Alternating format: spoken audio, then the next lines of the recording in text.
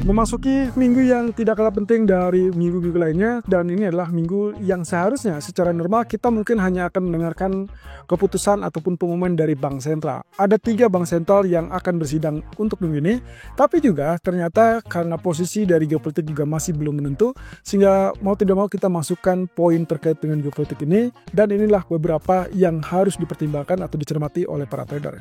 Ini ada ulasannya. Faktor penggerak market tentunya menjadi satu-satunya ya bisa dibilang agak relatif dominan ya. Kita bicara tentang geopolitik yang memang sejak hari Kamis atau Jumat pagi lebih tepatnya terjadi serangan antara Israel yang menyerang kepada fasilitas nuklir Iran. Kemudian di akhir pekan kemarin pun terjadi pembalasan atau aksi balasan dari Iran terhadap Israel. Nah, kalau misalnya kita lihat dari urutannya, sebetulnya dengan kondisi yang sudah tidak aneh ataupun tidak kaget lagi ya. Posisinya sebetulnya kalau kita lihat ini sebetulnya masih ada keterlibatan dari Amerika. Tapi sayangnya memang Amerika sampai saat ini tidak mengakui bahwa mereka terlibat. Jadi walaupun dengan catatan bahwa Israel tidak hanya diam-diam ataupun tiba-tiba melakukan serangan, justru ada beberapa poin yang mungkin akan menjadi catatan kita ke depan.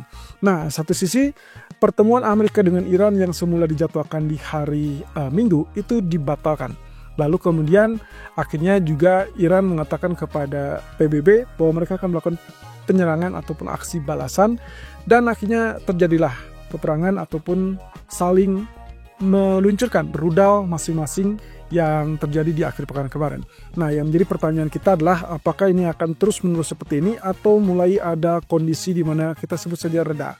Kalau Anda lihat dari pergerakan harga emas untuk pagi ini sampai siang hari ini, kelihatannya ya bisa dibilang disimpulkan sebagai sikat ataupun kondisi geopolitik yang mulai reda sehingga safe havennya relatif berkurang. Tapi apakah itu berarti menandakan sudah selesai secara keseluruhan?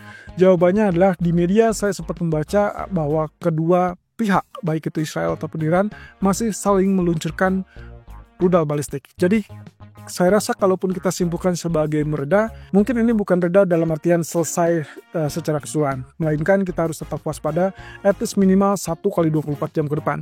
Artinya untuk sepanjang hari ini sampai nanti malam tentunya kita akan mencoba mengawasi dan mencermati apakah ada konflik kembali atau tidak. Yang jelas jalur diplomasinya belum digunakan, tapi mungkin itu yang akan ditunggu-tunggu oleh para pelaku pasar. Oke, fakta-fakta yang juga perlu kita lihat dari sini terkait dengan konflik Israel dan Iran. Kenapa tadi saya bilang bahwa ada keterlibatan Amerika dan bahkan di hari Jumat pun kita sempat membahas ini. Poinnya yang pertama adalah Amerika sebetulnya tahu penyebab ataupun agenda atau rencana penyerangan Israel ke Iran.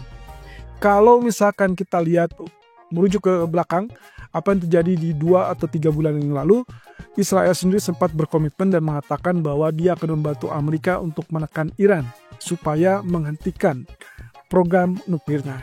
Ya, poin itu saya rasa merujuk kepada apa yang disampaikan 2 atau 3 bulan lalu dari Israel. Nah, walaupun tidak ada kesepakatan ataupun ya izin dari Amerika, tapi yang jelas Israel sudah berada dalam sikap ready ataupun bersiap. Nah, kemudian mengacu kepada 1 atau 2 minggu yang terakhir bahwasanya terjadi pertemuan atau agenda pertemuan antara Iran dan Amerika untuk membahas terkait dengan kesepakatan nuklir yang seharusnya terjadi putaran ke-6 di hari Minggu kemarin.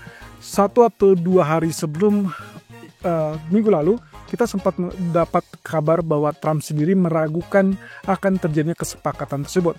Hal ini mengacu kepada minggu sebelumnya di mana Iran mengatakan tetap meminta izin kepada Amerika supaya tetap diberikan kesempatan ataupun diberikan peluang untuk memperkaya uranium.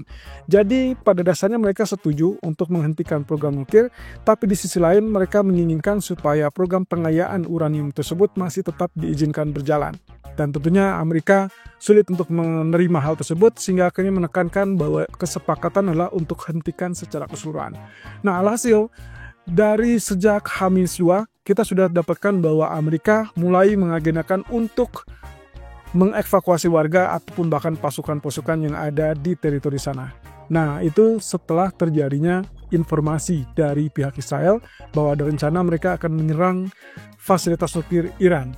Jadi kalau dibilang tidak terlibat secara keseluruhan, sepertinya tidak. Karena kemarin berarti posisi ini menunjukkan bahwa Amerika pun sudah mengetahui dan rencana penyerangan tersebut sudah disampaikan dengan sangat gamblang oleh pihak Israel.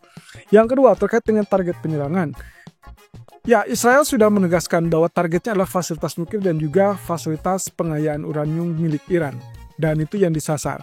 Selain itu, sasaran berikutnya adalah ilmuwan-ilmuwan yang dianggap berkompeten untuk membuat bom nuklir, sehingga ya kita lihat di situ kondisinya beberapa korban yang terjadi dari pihak Iran adalah para ilmuwan yang mungkin sedang berada di fasilitas nuklir dari Iran. Kemudian juga ada komandan dari pasukan Garda Nasional, dan ini menekankan supaya Iran menghentikan program nuklir dan juga sepakati apa yang dilakukan atau yang tercantum dalam proposal yang diajukan oleh Amerika dalam pembahasan ataupun pertemuan nuklir. Nah, kemudian yang ketiga adalah Iran, terkait dengan respon Iran. Tentunya dia mengatakan pada PBB akan membahas dengan tegas dan juga dengan proporsional, karena serangan Israel ini dianggap sebagai pelanggaran hukum dan juga dianggap sebagai tindakan pengecut. Nah, terakhir, posisi Amerika, tadi kita sudah bahas di poin pertama.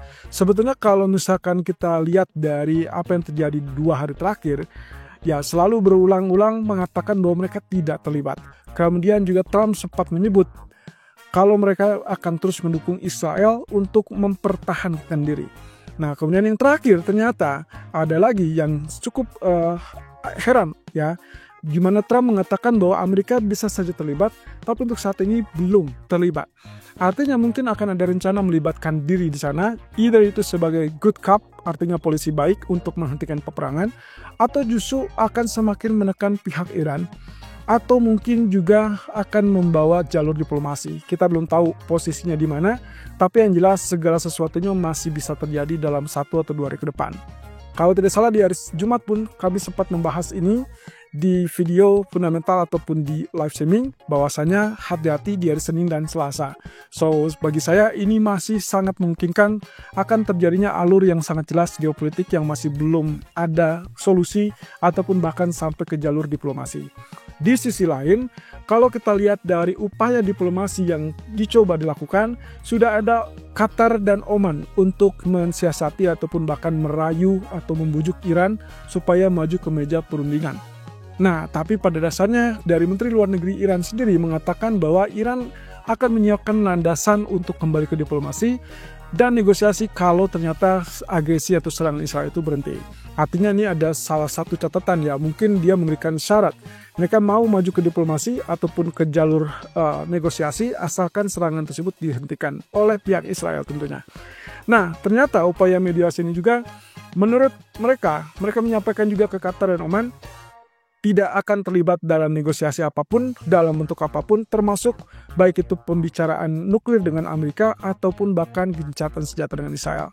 Ya, pada dasarnya upaya-upaya tersebut sudah ada, hanya saja catatannya adalah belum akan terjadi. So, syarat mutlak dari apa yang kita baca di sini adalah kemungkinan Iran akan membuka diri untuk jalur diplomasi, asalkan serangan tersebut dihentikan. So, pikiran kita adalah kalau ternyata Amerika melibatkan diri dengan cara menekan Israel atau dengan kata lain menyarankan Israel untuk menghentikan serangan atau menunda serangan lebih tepatnya, maka kemungkinan akan ada upaya diplomasi. Dan jika itu yang terjadi, maka sangat mungkin harga emas akan turun dengan sangat cepat, dan itu berarti kembali ke titik awal sebelum terjadinya peperangan. Dan perkiraan saya adalah 3370 ataupun 3380. Tapi kemudian yang harus kita pertimbangkan adalah efek selanjutnya. Apakah terjadi kesepakatan untuk gencatan senjata atau hanya untuk rehat sementara? Artinya di sini kita masih belum tahu apa yang akan dilakukan oleh Amerika terhadap Israel ataupun terhadap Iran. Dan juga kita tidak tahu respon Israel ataupun bahkan respon dari Iran. Nah, di sisi lain teman-teman, ini adalah peta yang mungkin bisa dilihat di sini, poin-poin yang harus dicermati ke depan.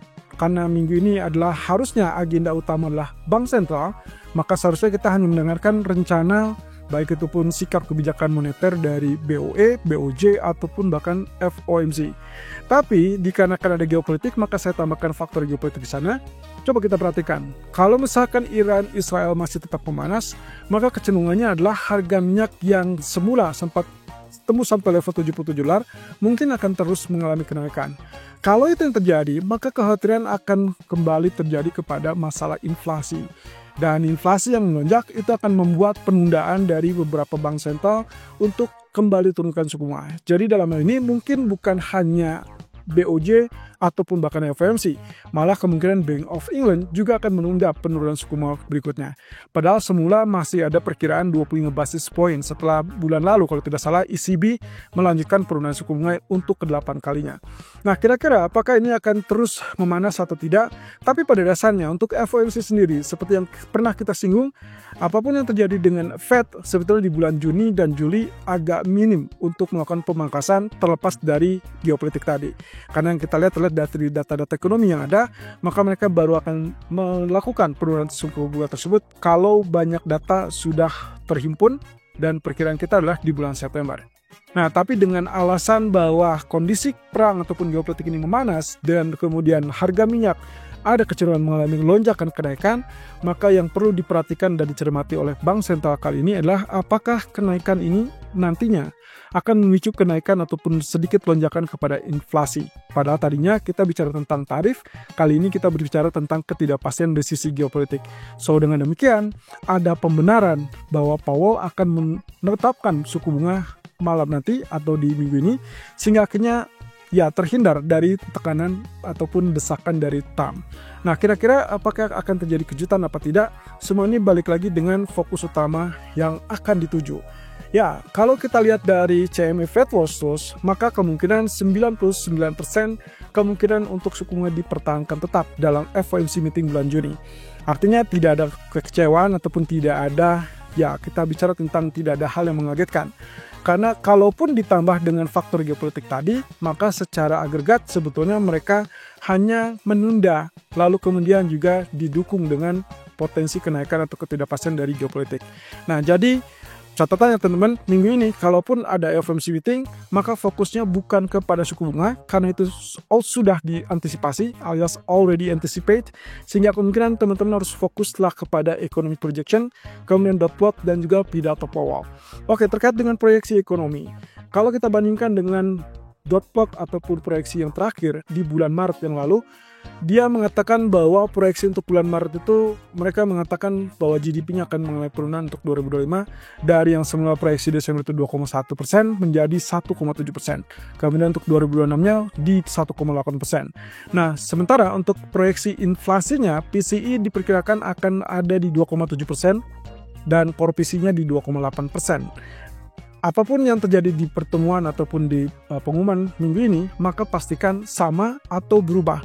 Kalau misalkan berubah, kira-kira apakah proyeksinya akan tumbuh atau justru akan turun? Perbedaannya, kalau diperkirakan tumbuh, berarti kita bicara itu adalah sisi hawkishnya Federal Reserve. Tapi kalau ternyata dia memprediksikan turun atau minimal tetap, maka dia memperkirakan ekonomi sedang melambat. Dan itu berarti sisi dovish dari Federal Reserve. Nah, kemudian terkait dengan dot plot. Dot plot terakhir di tahun 2025 itulah di bulan Maret kemarin. Mereka memperkirakan hanya akan ada 2 kali pemangkasan di 2025. So, hari Rabu atau Kamis dini hari nanti pastikan kalau memang ternyata dalam dot plot terbaru mereka masih mempertahankan opsi 2 kali penurunan suku bunga tersebut. Minimal 2 kali saja itu masih bisa membuat emas mengalami kenaikan. Dan akhirnya juga saham mungkin akan ikut mengalami kenaikan karena ada pelonggaran kebijakan moneter di sana. Tapi sebaliknya, kalau ternyata hanya 1 kali atau mungkin sama sekali tidak ada penurunan suku bunga, that means hawkish dan kemungkinan dolar akan mulai penguatan, emas akan turun dan saham juga akan relatif rebound. Tapi catatannya, karena ini adalah indikasi terkait dengan perlambatan ekonomi, maka itu akan bergerak negatif. Tapi kalau optimisme tumbuh terkait dengan proyeksi ekonomi, maka itu akan sifatnya positif untuk saham. Dan terakhir tentunya pidato dari Powell, itu yang akan paling menentukan dari detik-detik terakhir pengumuman FOMC di minggu ini. So, kita akan nantikan apakah sikap Powell cenderung optimis atau pesimis terhadap ekonomi, dan juga bagaimana pandangannya terkait dengan kemungkinan antara tarif ataupun bahkan lonjakan harga minyak. Kalau ternyata skenario terburuk didukung dengan kondisi geopolitik yang tidak menentu ini. Nah, sementara untuk nanti malam kita akan bicara tentang data ekonomi yang sebetulnya data ekonomi juga tidak terlalu tinggi, tidak terlalu signifikan, hanya medium impact. Tapi coba perhatikan, ini adalah indeks regional sehingga kita perlu juga memantau terkait dengan aktivitas manufaktur di New York. Nah, kalau misalkan datanya lebih tinggi, tentunya itu akan membuat emas terkoreksi lebih lanjut. Tapi kalau ternyata datanya lebih rendah, maka kita akan lihat emas kembali rebound. Nah, terakhir tentunya proyeksi minggu ini, selain Bank Sentral, akan ada data retail sales dari Inggris dan juga Amerika, dan juga terakhir adalah terkait inflasi yang akan rilis dari Jepang ataupun bahkan dari Inggris. Jadi kira-kira apakah ini akan berdampak signifikan atau lebih kepada geopolitik? Itu yang akan kita nantikan dan juga termasuk pembahasan nanti sore di live streaming.